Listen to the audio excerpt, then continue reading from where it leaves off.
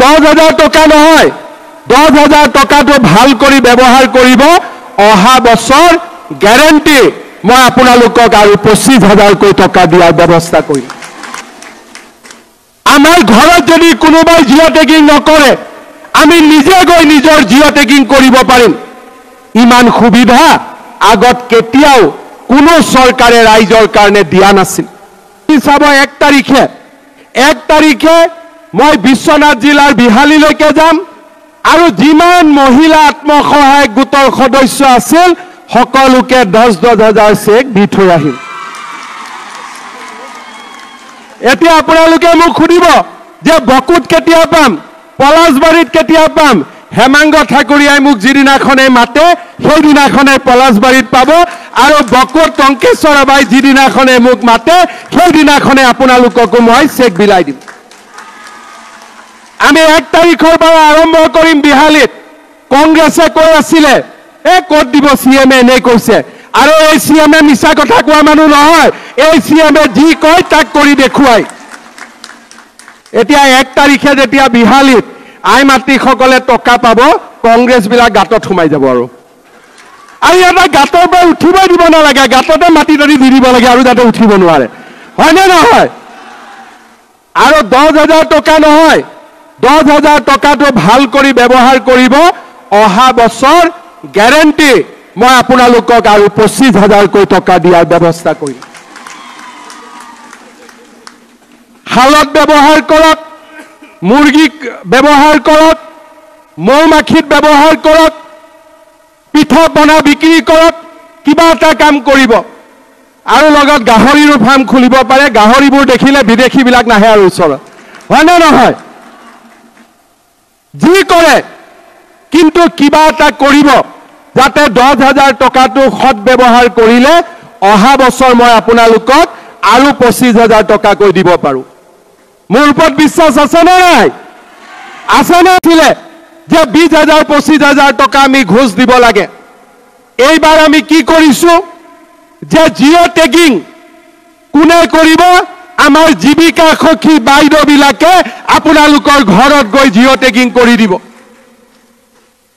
আৰু মই কি সিদ্ধান্ত লৈছোঁ যে যদি জিঅ' টেগিং জীৱিকা সখী বাইদেউসকলে নকৰে, আমি নিজৰ জিঅ' টেগিং নিজেই কৰি পেলাই চৰকাৰক আমি জমা দিব পাৰিম।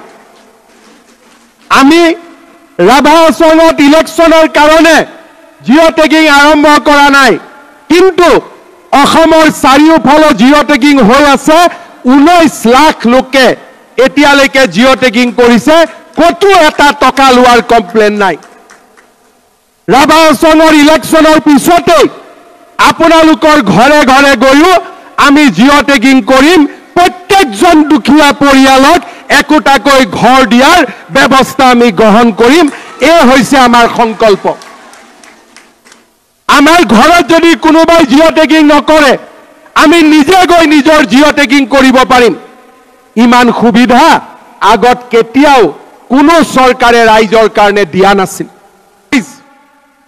মানুহৰ ঘৰত ৰেচন কাৰ্ড নাছিলে, আমি লাহে লাহে সকলো মানুহক ৰেচন কাৰ্ড দিছোঁ, আৰু 6 মাহত আৰু 6 লাখ পৰিয়ালক আমি ৰেচন কাৰ্ড দিবৰ বাবে সিদ্ধান্ত গ্ৰহণ কৰিছোঁ। আজি ৰেচন কাৰ্ডখন হ'ল, আমি হস্পিটালত গ'লো 5 লাখ টকালৈকে বিনামূলীয়া সাহায্য, আজি 5 লাখ টকালৈকে বিনামূলীয়া ট্ৰিটমেণ্ট, আৰু ৰেচন কাৰ্ডত বিনামূলীয়া চাউল। কিন্তু মই তাতে সন্তুষ্ট নহয়। এতিয়া আপোনালোকৰ কাৰণে আমি কি সিদ্ধান্ত লৈছোঁ যে যাৰ ৰেচন কাৰ্ড আছে তাক আমি ৰেচনৰ দোকানত বজাৰতকৈ 25 টকা কম দামত আমি আপোনালোকক 1 কেজিকৈ দালি দিয়া আৰম্ভ কৰিম। বজাৰত যদি 90 টকা দাম, আপোনালোকে 65 টকাত 1 কেজি দালি ৰেচনৰ দোকানৰ পৰা কিনিব পাৰিব। তাৰ লগে লগে আমি আৰু সিদ্ধান্ত লৈছোঁ, বজাৰত যদি চেনিৰ দাম 70 টকা, আপোনালোকে ৰেচনৰ দোকানত 25 টকা কমত 45 টকাত আপোনালোকে 1 কেজি চেনি কিনিব পাব। আজি নিমখ আমি 10 টকা কম দামত বজাৰতকৈ কম দামত আমি 1 কেজি নিমখ আপোনালোকক ৰেচন কাৰ্ডত লব দিবৰ বাবে আমি সিদ্ধান্ত গ্ৰহণ কৰিছো। তাৰ মানে অৰুণোদয় ঘৰত আহিলে 1 কেজি ইলেক্ট্ৰিচিটিৰ দাম কমিলে, 1 টকা দাম কমিলে, আৰু লগতে আমি ধান বিক্ৰী কৰিলে 250 টকা, সৰিয়হ বিক্ৰী কৰিলে 500 টকা 1 এপ্ৰিলৰ পৰা আমি বেছিকৈ পাম। আৰু লগতে ৰেচন কাৰ্ডত এতিয়া অকল চাউলে আমি নাপাওঁ, এতিয়াৰ পৰা ৰেচন কাৰ্ডত আমি 1 কেজি দালি, 1 কেজি চেনি বজাৰতকৈ 25 টকা কম দামত পাম, আৰু 1 কেজি নিমখো আমি বজাৰতকৈ 10 টকা কম দামত পোৱা আৰম্ভ কৰিম। শ্ৰদ্ধা ৰাইজ, আজি আগতে কংগ্ৰেছে এনেকুৱা কিবা কাম কৰিছিলে নেকি আপোনালোকৰ কাৰণে?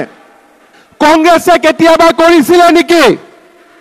আজি আমি কি সিদ্ধান্ত লৈছো? যোৱাবাৰ যেতিয়া লোকসভা ইলেকশ্যনত মই বকুত আহিছিলো, মই ৰাইজক সুধিছিলো যে প্ৰধানমন্ত্ৰী আৱাস যোজনাৰ ঘৰৰ জিঅ' টেগিং কৰিবৰ কাৰণে পইচা দিব লাগে নেকি? আপোনালোকে মোক কৈছিলে যে 20,000 25,000 টকা আমি ঘোষ দিব লাগে। এইবাৰ আমি কি কৰিছো যে জিঅ' টেগিং কোনে কৰিব? আমাৰ জীৱিকা সখী বাইদেউবিলাকে আপোনালোকৰ ঘৰত গৈ জিঅ' টেগিং কৰি দিব। আৰু মই কি সিদ্ধান্ত লৈছো যে যদি জিঅ' টেগিং জীৱিকা সখী বাইদেউসকলে নকৰে, আমি নিজৰ জিঅ' টেগিং নিজেই কৰি পেলাই চৰকাৰক আমি জমা দিব পাৰিম। আমি ৰাভা সংঘত ইলেকশ্যনৰ কাৰণে জিঅ' টেগিং আৰম্ভ কৰা নাই, কিন্তু অসমৰ চাৰিওফালে জিঅ' টেগিং হৈ আছে। 19 লাখ লোকে এতিয়ালৈকে জিঅ' টেগিং কৰিছে, কতো এটা টকা লোৱাৰ কমপ্লেইন নাই। ৰাভা সংঘৰ ইলেকশ্যনৰ পিছতেই আপোনালোকৰ ঘৰে ঘৰে গৈও আমি জিঅ' টেগিং কৰিম। প্ৰত্যেকজন দুখীয়া পৰিয়ালক একোটাকৈ ঘৰ দিয়াৰ ব্যৱস্থা আমি গ্ৰহণ কৰিম। এই হৈছে আমাৰ সংকল্প। আমাৰ ঘৰত যদি কোনোবাই জিঅ' টেগিং নকৰে, আমি নিজে গৈ নিজৰ জিঅ' টেগিং কৰিব পাৰিম। ইমান সুবিধা আগত কেতিয়াও কোনো চৰকাৰে ৰাইজৰ কাৰণে দিয়া নাছিল। শ্ৰদ্ধা ৰাইজ, মেট্ৰিক পৰীক্ষা পাছ কৰিলে, ছোৱালী 11ত এডমিশ্যন ল'লে, প্ৰত্যেক মাহত তাইৰ পঢ়াৰ খৰচ চৰকাৰে দি আছো। এতিয়া 11ৰ ছোৱালী 12 পাব, 10ৰ ছোৱালী 11 পাব। আমি সকলোকে নিযুত মইনাৰ আঁচনি আমি দিয়ে থাকিম। আজি ডিগ্ৰীৰ ছোৱালী দেউতাক মাকে পইচা দিব নালাগে, পোষ্ট গ্ৰেজুৱেট দেউতাক মাকে পইচা দিব নালাগে। মোক কেতিয়াবা কেতিয়াবা ল'ৰাবিলাকে কয়, মামা আমাৰ কাৰণেও কিবা এটা কৰক। কয় নে নকয়?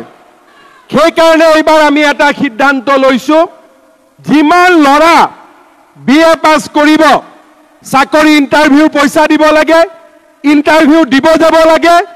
BA পাছ কৰা প্ৰত্যেকজন ল'ৰাক মই 1 বছৰৰ কাৰণে বেংকৰ একাউণ্টত 2,500 টকা কৰি প্ৰত্যেক মাহত দিয়াৰ ব্যৱস্থা কৰিম, যাতে কৰবাত ইণ্টাৰভিউ দিব যাব লাগে দেউতাক মাকৰ পৰা পইচা খুজিব নালাগে। চৰকাৰে তেওঁলোকক মাহত 2,500 টকা কৰি তেওঁলোকৰ বেংক একাউণ্টত 1 বছৰৰ কাৰণে দিয়াৰ ব্যৱস্থা কৰিব। আগত কোন চৰকাৰে আঁচনি লৈছিলে আপোনালোকে চিন্তা কৰক।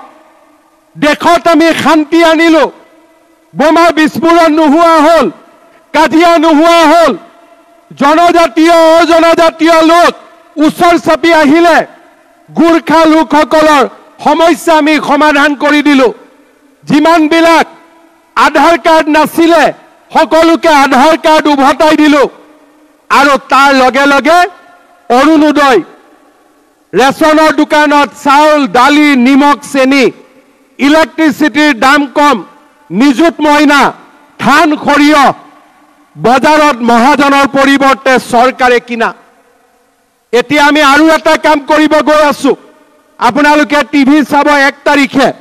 1 তাৰিখে মই বিশ্বনাথ জিলাৰ বিহালীলৈকে যাম, আৰু যিমান মহিলা আত্মসহায়ক গোটৰ সদস্য আছিল সকলোকে 10,000 চেক দি থৈ আহিম এতিয়া আপোনালোকে মোক সুধিব যে বকুত কেতিয়া পাম পলাশবাৰীত কেতিয়া পাম হেমাংগ ঠাকুৰীয়াই মোক যিদিনাখনে মাতে সেইদিনাখনে পলাশবাৰীত পাব আৰু বকুত টংকেশ্বৰ বাই যিদিনাখনে মোক মাতে সেইদিনাখনে আপোনালোককো মই চেক বিলাই দিম আমি 1 তাৰিখ